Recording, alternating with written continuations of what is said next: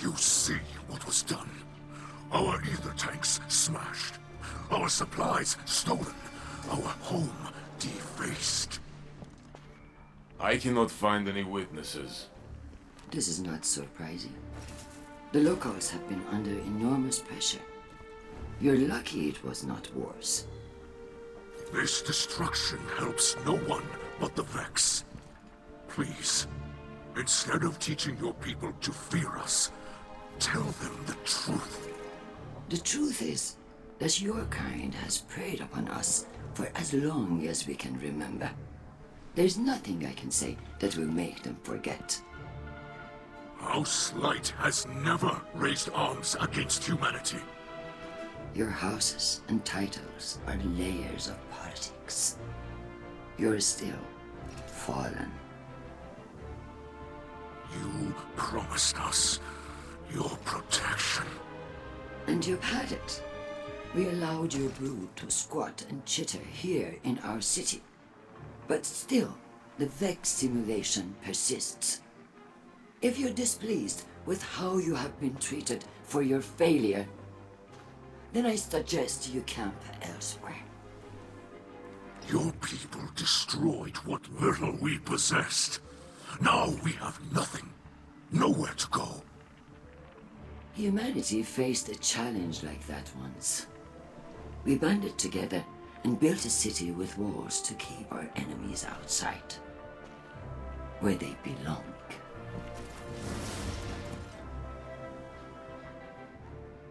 We hear her broadcasts, but more than that, we feel the energy of her words in the air. Sharp as blades pointed at an enemy. At us. You cannot ask people to live alongside their monsters. Listen to me now, Saint. Let me tell you something about monsters.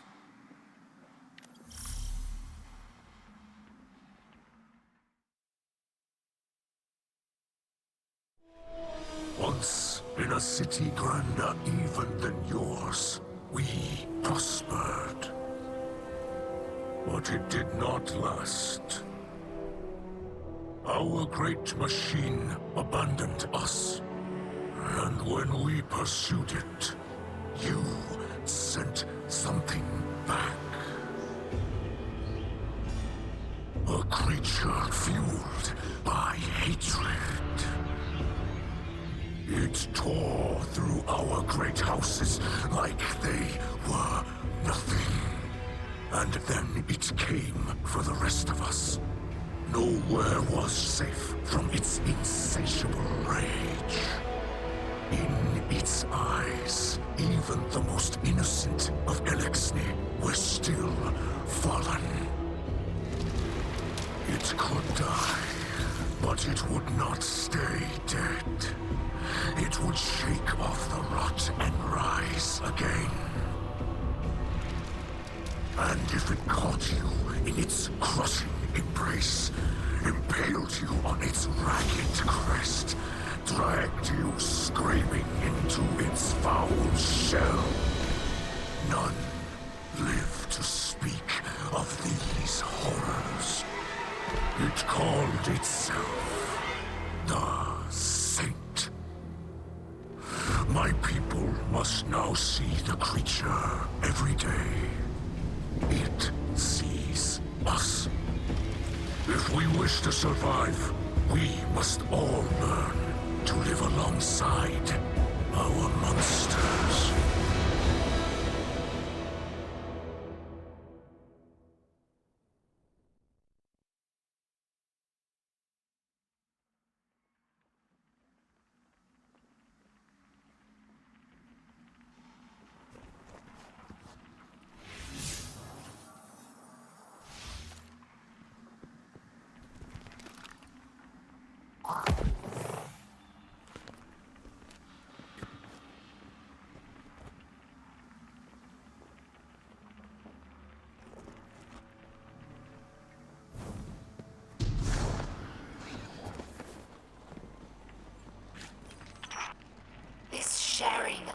hatred, as my father would say, is disappointing but not unexpected. Some Eliksni believe that guardians prey on us without reason. But as a scribe, I know better. The accusations Lakshmi makes against us are mostly true. Eliksni have raided the last city for centuries. They were driven not only by desperation, but by unspoken resentment at the great machine's abandonment. Every Kel since the Whirlwind has tried to unify Eliksni in opposition to humanity. This warlike mentality has been a weakness. The House of Light tries to unify Eliksni with humanity, not against them. And this is how we are received.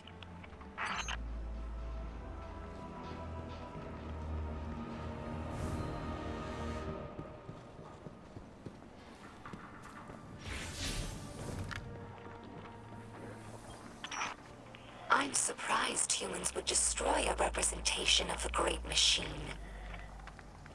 My research with the Awoken suggested that humans revered it as we do. However, my personal observations have not supported that conclusion. I understand the city used to have an official speaker, a sort of cleric who spoke to the Great Machine's will. However, human records state that role was abandoned after Dominus Gaul sacked the city. To leave the Great Machine without a representative among the people seems heretical. Many Eliksni believe that humanity takes the Great Machine's blessings for granted, just as we once did.